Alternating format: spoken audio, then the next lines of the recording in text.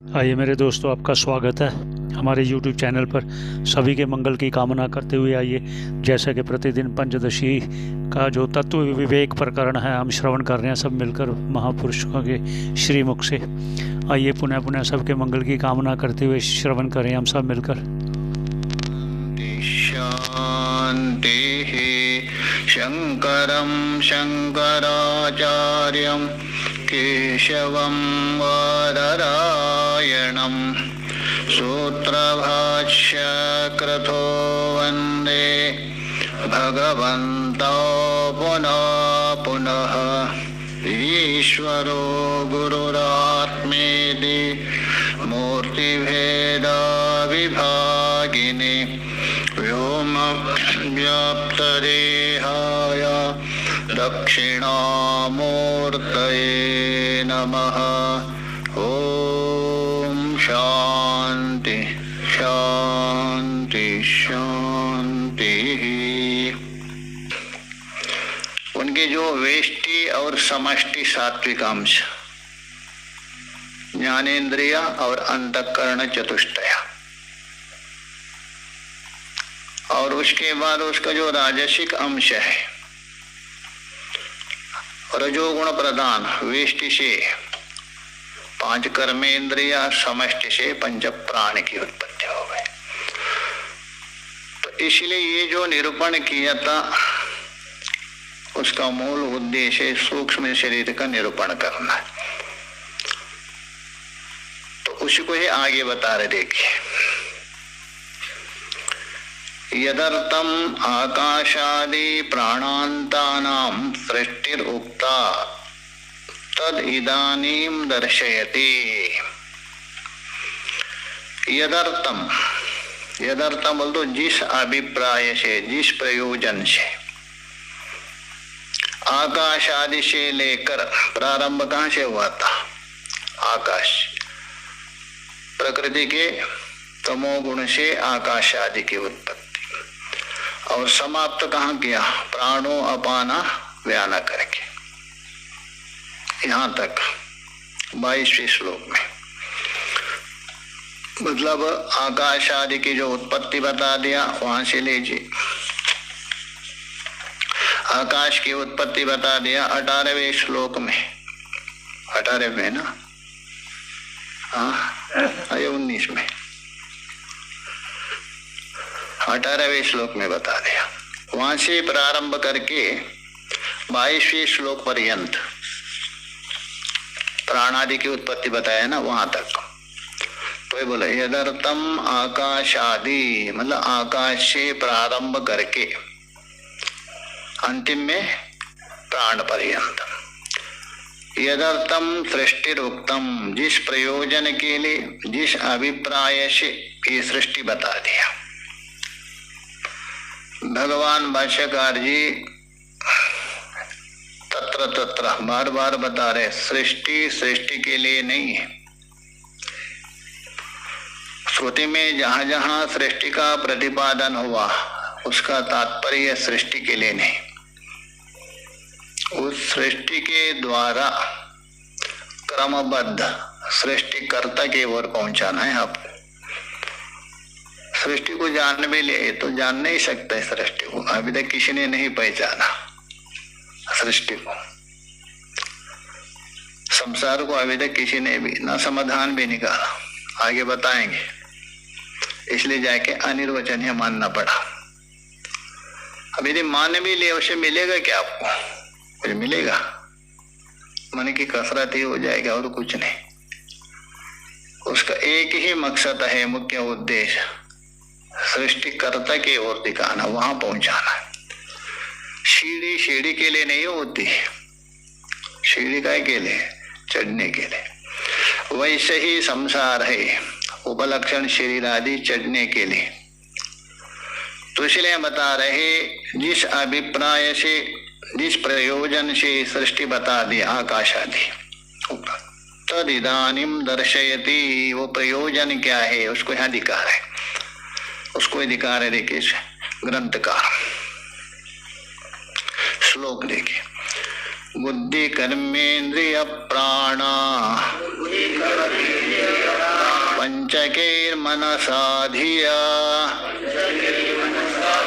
शरीरं सप्तदशभिः सूक्ष्मं तल्लिंगमुच्यते।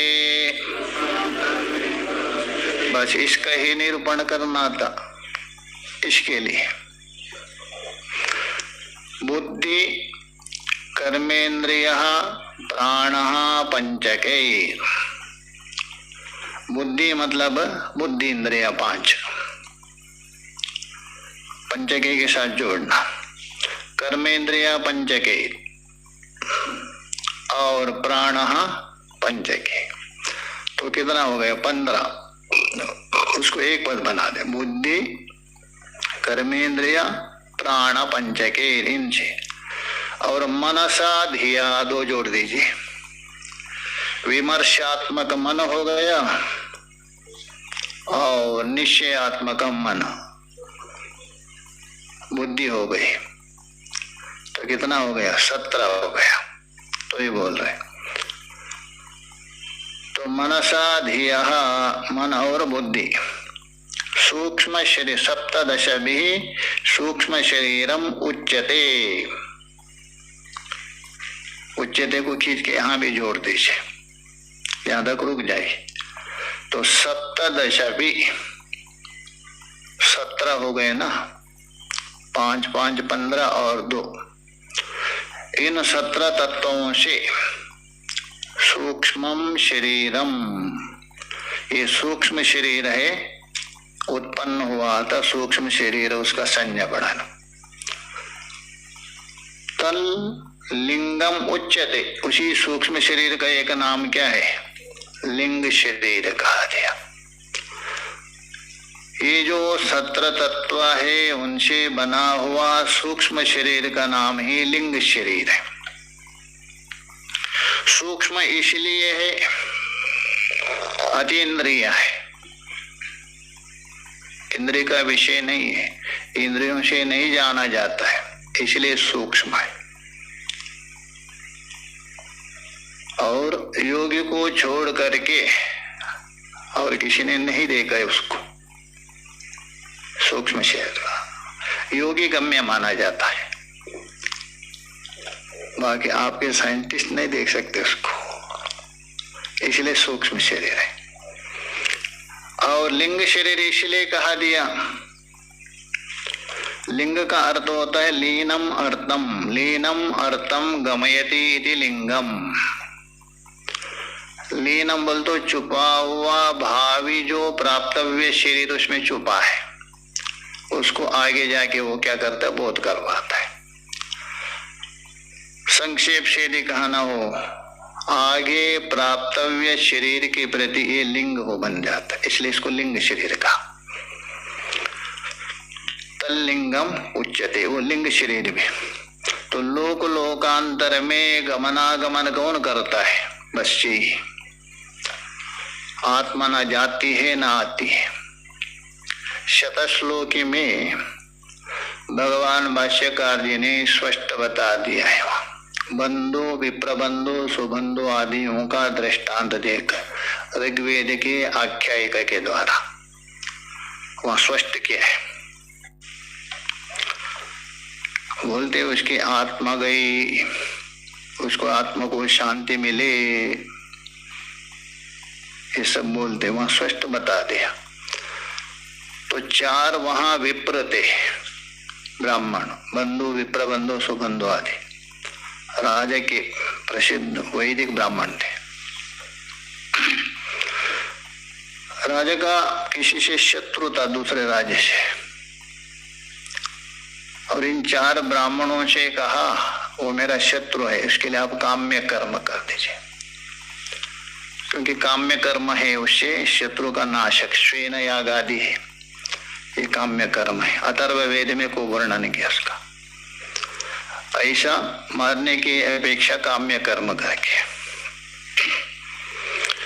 तो ये वैदिक ब्राह्मण होने के कारण इन्होंने मना किया, ये कर्म हम नहीं कर सकते, वो करते नहीं जल्दी कोई, किया हुआ जो व्यक्ति को भी उसको दोष माना जाता है। निराकरण किया, किंतु राजा था ना वो सुदान्वा नाम का, वो हटीला था। उन्होंने क्या किया, 2 तांत्रिक ब्राह्मणों को वर्ण किया। ये तो राजा के ब्राह्मण थे चारों, इन्होंने मना किया था कि उसको वर्ण किया। अभी चारों ब्राह्मणों के मन में याद आ रही, राजा ने हमें छोड़ के उनको वर्ण किया, तो राजा से रुष्ट हो गए, राजा के ऊपर ही करने के लिए प्रयास किया। पहले मना कर रहे थे, अपना स्वार्थ में धक्का लगा ना, तो राजा को मालूम पड़ा। तभी वो जो तांत्रिक ब्राह्मण थे 2, इनके ऊपर कर दे, उसमें एक उनका, चारों में एक मर जाता है। तो उसके बाद जो बचे हुए 3 थे, उन्होंने सौत्रमणि याग करके उसके द्वारा उसका शरीर को वापस बुला दे। वहां भाष्यकार जी ने कहा, वहां वापस जो लाया लिंग शरीर, अच्छा लिंग शरीर ही गया था, उस लिंग शरीर को ही वापस है, वो आख्यायिका के द्वारा बताया ऋग्वेदी। तो कहने का मतलब ये जो 17 तत्वों से बना हुआ ये है कैसेट, इसको मान लीजिए कैसेट है, इसके अंदर पिट किया है। हाँ जी, हाँ, शिवलिंग का मतलब छुपा हुआ शिव तत्व को बोध कर रहे हैं। लीनम अर्थम, लीनम शिव तत्वम, उसमें छुपा हुआ जो शिव तत्व है उसको प्रकट करता है, वो लिंग क्या अर्थ है, उसमें शिव तत्व छुपा है। लीनम अर्थम गमयति, और लीनम बोल तो छुपा हुआ शिव तत्वम गमयति बोधयति, इसलिए वो लिंग कहा दिया। कौन वो तो वो रहेगा, करता है। हाँ, गमनागमन कैसा करेंगे, हाँ भोग नहीं है, क्रिया तो रहेगी, भोगायतनम, भोग नहीं हो सकता है। यदि स्थूल शरीर के बिना हो तो गमनागमन कैसा करता है, ये तो भूत पंचक को लेकर, स्थूल शरीर के बिना भी हो जाता है। स्वप्न में स्थूल शरीर कहाँ है, नहीं है ना, वो अलग बात है। इसलिए क्रिया होने में कोई, हाँ भोग नहीं हो सकता, गमन आदि क्रिया में कोई आपत्ति नहीं। एक साथ, और उसके बाद आपका भोग समाप्त होता है शंकर जी तारक मंत्र, शंकर जी बन के नहीं, गुरु बन के। ईश्वर भी आपको उपदेश के आप मुक्त नहीं होंगे, ऐसा है बहुत सारे में स्पष्ट कहा दिया। वही ईश्वर वहां गुरु बन के, यदि ईश्वर बन के ही उपदेश किया होता तो कृष्ण ने अर्जुन को क्यों नहीं किया। अर्जुन उलाना देते रहे, भगवान हाँ हाँ बोलते, शिष्यस्ते शादी माम, उसके बाद शुरू किया, तब तक नहीं भगवान बोले, तब तक उपदेश नहीं किया। इसलिए ईश्वर ही भले उपदेश करे। अभी यदि ईश्वर यदि है, आप जानते हैं नामदेव को महाराष्ट्र में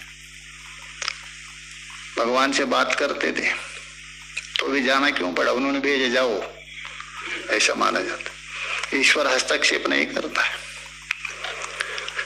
तो इसलिए यहाँ वो चैतन्य तो रहेगा, अलग बात है, किंतु मूल है सूक्ष्म शरीर। और जाता है ब्रह्मसूत्र में भी बता दिया है, बृहदारण्यक में भी आया है, बृहदारण्यक में भी आया है, ब्रह्मसूत्र के 3रे अध्याय में तदंतर प्रतिपत्तो करके, वह भूत सूक्ष्म को लेकर। हाँ, प्रकट इसमें होता है वृत्ति से, उसको हम चैतन्य शरीर करके। तो इसलिए कारण शरीर सुषुप्ति में भी है आपका, वहां भोग नहीं होता है, वो संस्कार बीज रूप से रहते हैं। तो इसलिए यहां बता रहे हैं तल्लिंग शरीरम, लिंग कहा दिया। ठीक है, मैं देखिए बुद्धयो, बुद्धय बोल तो ज्ञानानि, वो ये बुद्धि का अर्थ कर रहे हैं, बुद्धि पंचक है ना, उसी का वाक्य कर रहे हैं। वह एक पद था इसलिए यहां अलग कर रहे हैं। बुद्धयो बोल तो ज्ञानानि कर्मणि ही व्यापारः,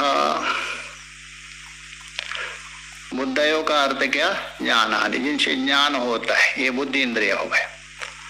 और कर्मेंद्रिय का व्याख्या कर रहे हैं, कर्मणि बोल तो व्यापार, व्यापार मतलब चेष्टा, तज्जनकानि इंद्रियाणि।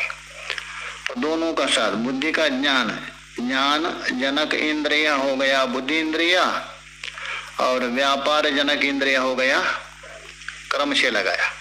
ज्ञान का मतलब रूप ज्ञान, रस ज्ञान, गंध ज्ञान, इसको उत्पन्न करने वाले इंद्रिय हो गया बुद्धि इंद्रिय अथवा ज्ञान इंद्रिय, और कर्म का जो अतद व्यापार चेष्टा का जनक हो गया कर्म इंद्रिय। तो इसलिए ज्ञानानि कर्माणि व्यापार, ज्ञान व्यापार तज्जनकानि इंद्रियाणि ज्ञानेन्द्रिय, और कर्म व्यापार जनक इंद्रिय हो गया कर्मेंद्रिय। दोनों के साथ ले जाए। रूप ज्ञान हो रहे हैं ना आपको, उत्पन्न हो रहे किससे? नेत्र से। शब्द ज्ञान उत्पन्न हो रहे किससे? इसलिए तो इंद्रियाणि, तो बुद्धि इंद्रियाणि कर्मेंद्रियाणि च इत्यर्था। एक ज्ञान उत्पन्न करने वाला, ज्ञान को प्राप्ति का साधन ज्ञानेन्द्रिय हो गया, और जिनसे कर्मादि व्यापार हो रहे, चेष्टा आदि हो रहे, वो इंद्रिय हो गए कर्मेंद्रिय। तो इसलिए बुद्धि इंद्रियाणि कर्मेंद्रियाणि च, ये बुद्धि कर्मेंद्रिय एक पद हो गया इत्यर्थ। बुद्धि कर्मेंद्रियाणि च प्राणश्च, दूसरा पद के साथ समास कर रहे। बुद्धि कर्मेंद्रियाणि और प्राणश्च, और प्राण, तो मिलकर के कितना हो गया? 17। तो उसी का अर्थ कर रहे 17 संख्यकई, 17 संख्याओं से युक्त, 17 तत्वों से युक्त, उसका नाम हो गया सूक्ष्म शरीरम भवति। तो गाने का मतलब पंचकत्रया के सहित अथवा बुद्धि और मन के सहित पंचकत्रय, उस तत्व का नाम हो गया सूक्ष्म शरीर। सूक्ष्म शरीरम भवति, वो सूक्ष्म शरीर हो गया। तस्यैवा, तस्य बोलते उसी सूक्ष्म शरीर का। संज्ञान्तरमाह, दूसरा एक नाम बता रहे। किसका? उस सूक्ष्म शरीर का एक दूसरा नाम, संज्ञा कहते नाम। वो नाम क्या है? तो बता रहे तल्लिंगम उच्यते, अर्थात उसको लिंग शरीर भी कहा जाता है। तो सूक्ष्म शरीर कहिए, लिंग शरीर कहिए, बाकी तो है ही नहीं। बाकी सर्वत्र कौन? आत्मा जाति आती है। तो इसलिए वेदांत मिले। तो कहने का मतलब सूक्ष्म शरीर का चित्रण सामने रख दिया। 17 तत्वों से बनाया हुआ एक वस्तु विशेष का नाम है सूक्ष्म शरीर है, वही लिंग शरीर है। यही लोकांतर में गमनागमन करता है।